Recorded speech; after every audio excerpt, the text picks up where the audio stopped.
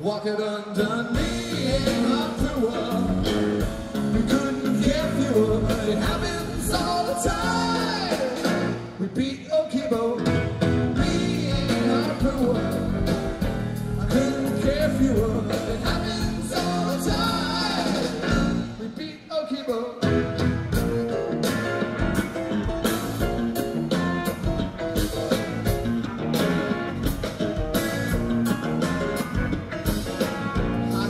Stone Jack, a bit of toothless flesh, shabby pimple chips fly. Me and Harpua, spastic town, losing dreadlock skull cap. Coming to your town, we'll have me party down. Me and Harpua, don't care if you were, it happens all the time. We beat Okibo.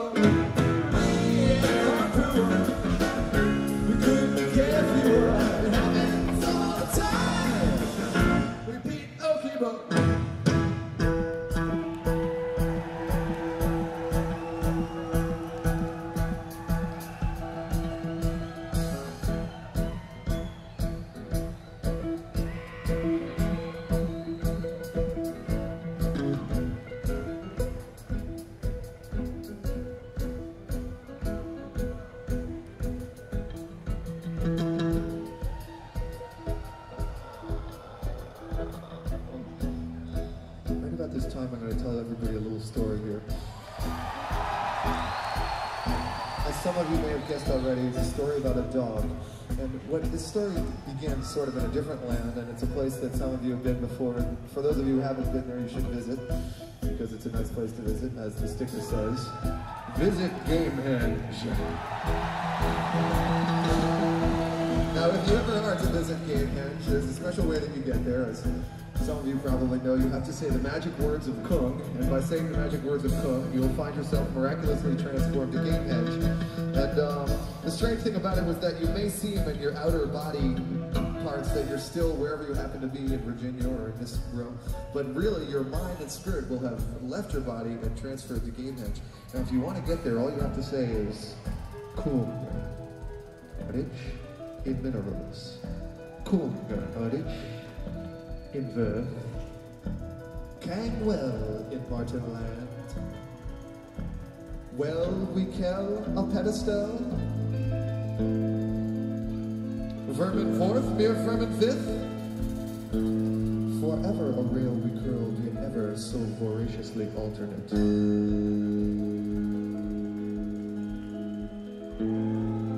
We call upon your bust. Can we stare? No. Can we stall? No. We can stage a runaway golf cart marathon. Stand up. Stand up. Stand up. Stand up. Stand up. Stand up. Stand up! Stand up on your heels and call!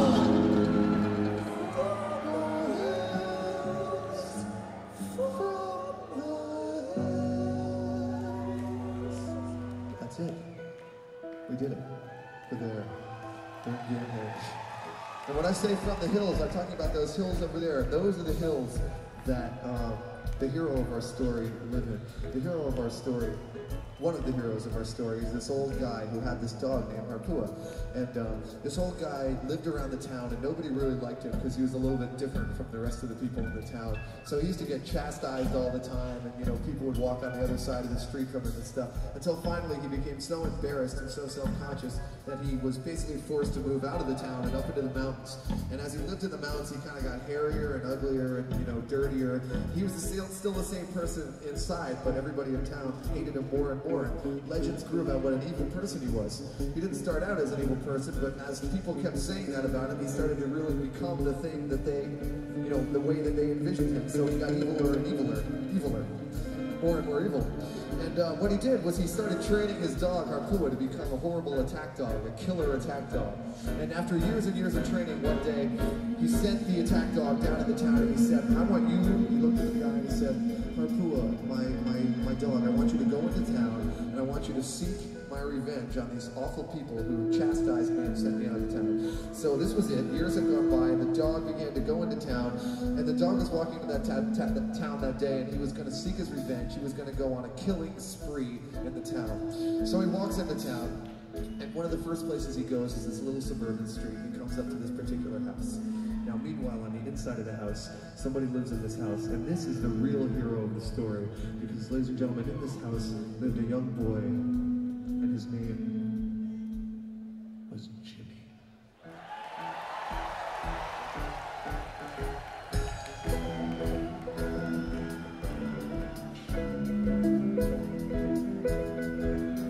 Jimmy lived in this little suburban house. And it just so happened that Jimmy, on this particular day, who lived in this suburban house, it turns out that Harpua picked Jimmy's house, and Jimmy was going to come wreak havoc. Harpua was going to come wreak havoc on Jimmy's peaceful little suburban life.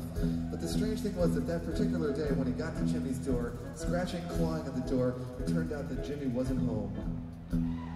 Jimmy was in the middle of town doing karaoke at a bar. Now, to go any further in this story, we're going to need a volunteer to Brad looks like he's picked a volunteer to be our Jimmy for today. Let's hear it for this guy. I don't know who you are, but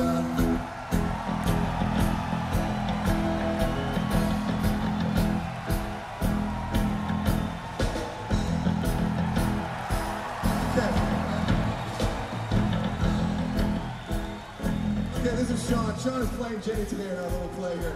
Sean is going to take the place of Jimmy. So Jimmy is down at the local bar and he's doing his karaoke.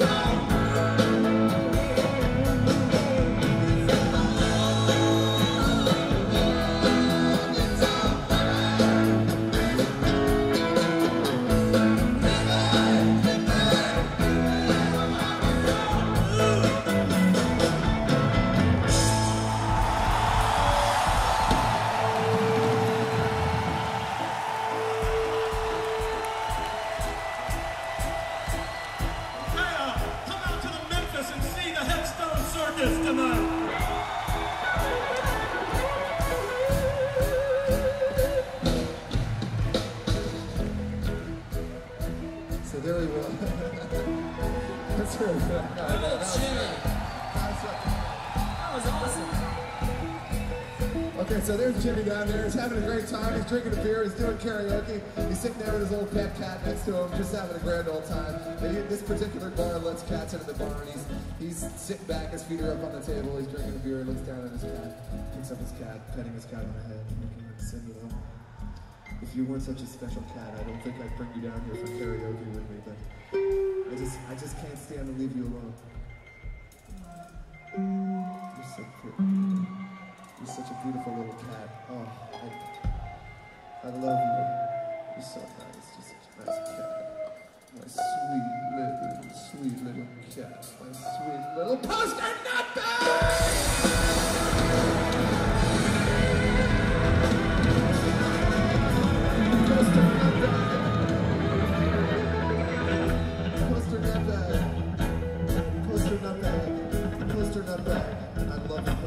So much.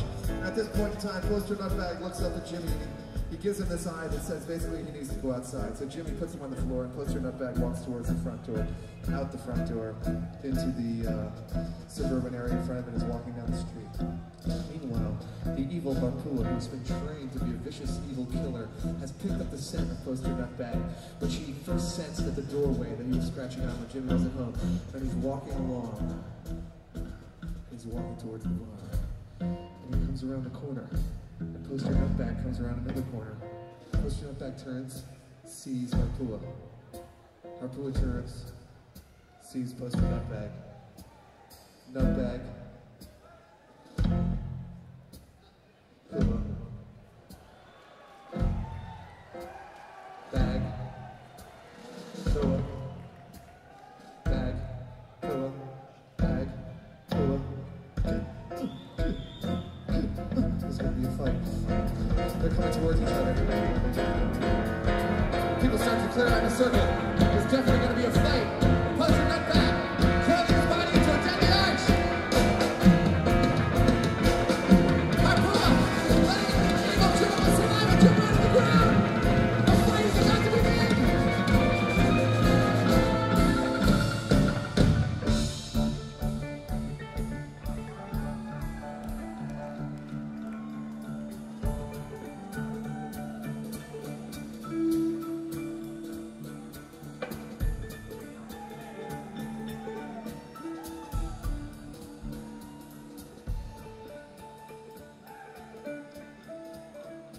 Look, the storm's gone.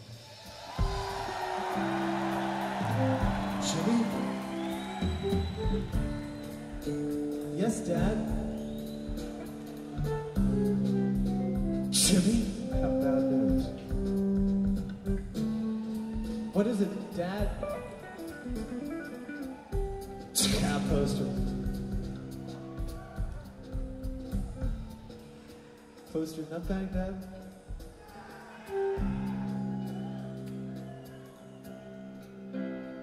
You can't die! Poster is dead.